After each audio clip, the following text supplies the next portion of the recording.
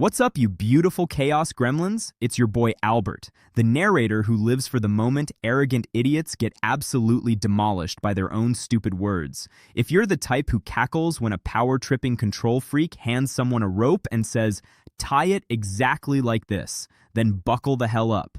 Today we've got 3 Reddit malicious compliance bangers that prove the sweetest revenge isn't revenge at all. It's just doing exactly what the clown told you to do. These stories are so satisfying they should come with a warning label for weak stomachs and fragile egos. Let's dive straight into the first one before I start foaming at the mouth. Story number 1 takes us to a packed big box retail hellhole on a Saturday afternoon. The manager, picture a walking midlife crisis named Chad, has decided he's going to run a tight ship. He gathers the floor team, puffs out his chest like he's addressing the UN, and drops this gem. "From now on, you radio me for permission before you do anything. Help a customer, radio me, stock a shelf, radio me, and bathroom breaks, you radio me first every single time, no exceptions, especially during peak hours. I want to know where every single one of you is at all times." Why was this order the dumbest power move since someone invented open plan offices? Because the store is slammed, customers are feral, lines are already snaking into the parking lot, and Chad thinks he's some kind of retail god who needs to personally approve every P. He's not managing, he's micromanaging from his little office throne while pretending he's involved. Nothing screams, "I have trust issues and zero common sense," louder than making grown adults beg to use the toilet like they're in kindergarten. Enter our hero, Alex, who's been on the floor for 6 years and knows exactly how this is going to play out. He hears the order, smiles like an angel, and clips the radio to his belt. The store opens the floodgates and boom, it's game time. First customer needs help finding socks. Alex keys the radio.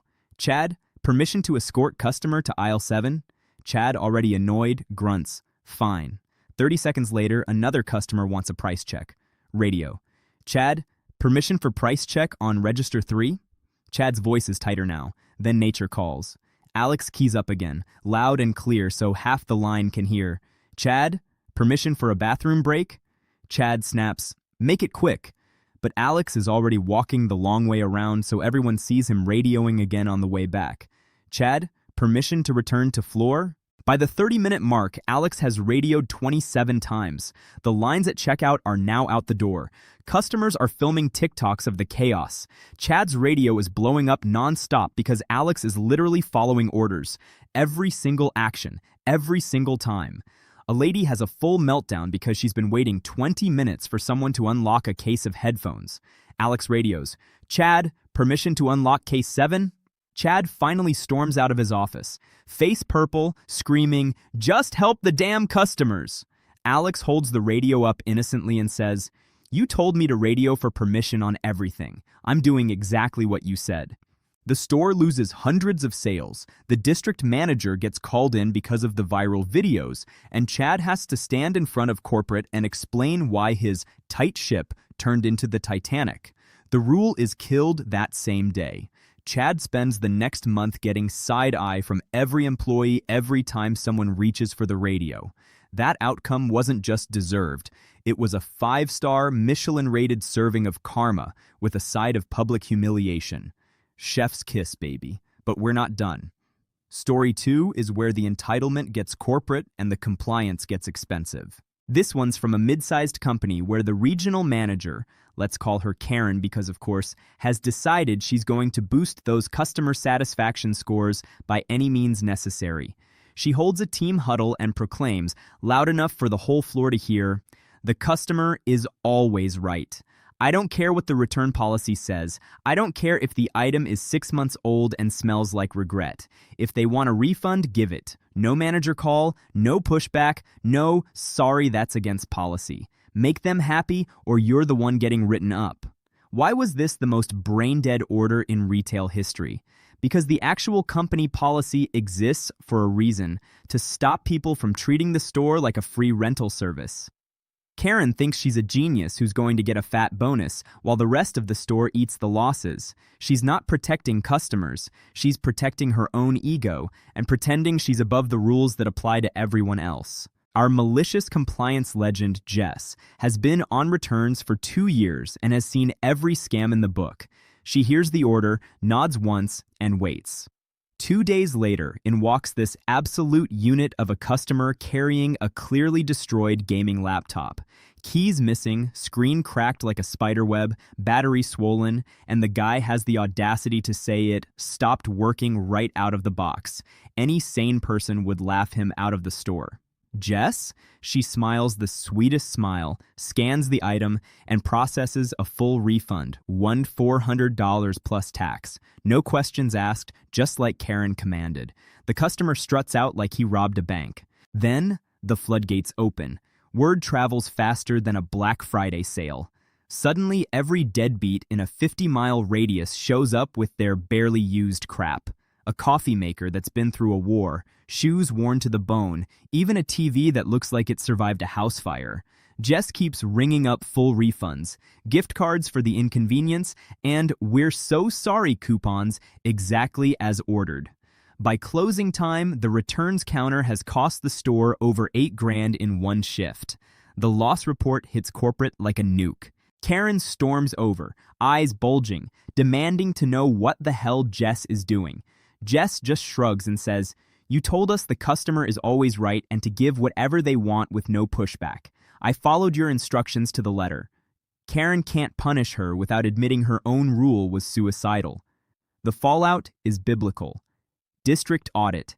Karen has to explain the $8,000 hole in the books, her precious bonus evaporates, and she gets a formal warning about overriding policy. The "customer is always right" speech gets memory holed and replaced with the actual return policy printed in giant letters. Jess gets a quiet round of applause from the team, and Karen spends the rest of the quarter looking like she swallowed a lemon every time someone says the word refund. That one wasn't just satisfying, it was financially poetic.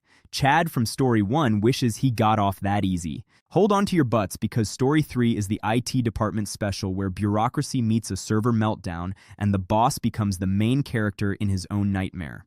This one's set in a mid-sized tech firm where the operations manager, we'll call him Dave because every Dave thinks he's the smartest guy in the room, has decided he's going to streamline support.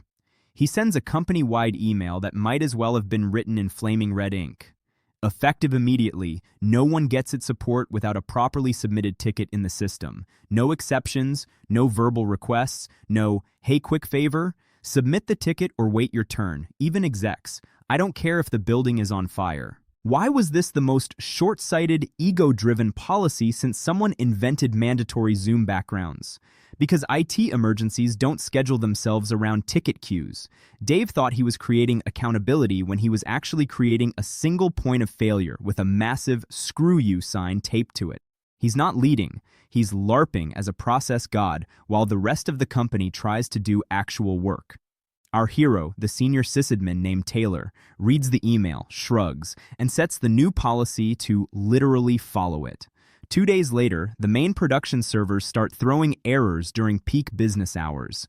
The entire company website and client portal go down. The CEO himself storms into the IT bullpen yelling, "Fix it now!" Taylor just points at the monitor and says, "Submit a ticket, sir. Policy." The CEO blinks. Dave, who wrote the policy, is on the phone with a client and can't be reached. Taylor sits back down, arms folded, and waits. Meanwhile, the outage is bleeding money by the minute. Clients are calling, emails are bouncing, the help desk is flooded with panicked messages. Dave finally bursts in, red-faced, screaming, "Just fix the damn servers!" Taylor looks him dead in the eye and says, "You wrote the policy. No support without a ticket. I'm waiting for the ticket." Dave has to stand there, in front of the entire IT team and the furious CEO, and personally submit a ticket through the system while the outage clock keeps ticking.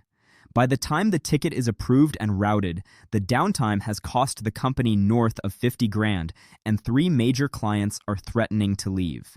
The fallout is nuclear. Dave gets dragged into an emergency meeting with the C-suite where he has to explain why his brilliant policy almost sank the company. The CEO rips him a new one on the spot. The policy gets rewritten that same afternoon with a giant emergency override clause, and Dave is quietly moved to a special projects role where he can't touch anything important ever again. Taylor gets a bonus and a new title. Dave now has to submit tickets for everything like a common peasant, and the whole office quotes his own email back at him every time he tries to speed something up. That ending was so perfectly brutal, it deserves its own Netflix special.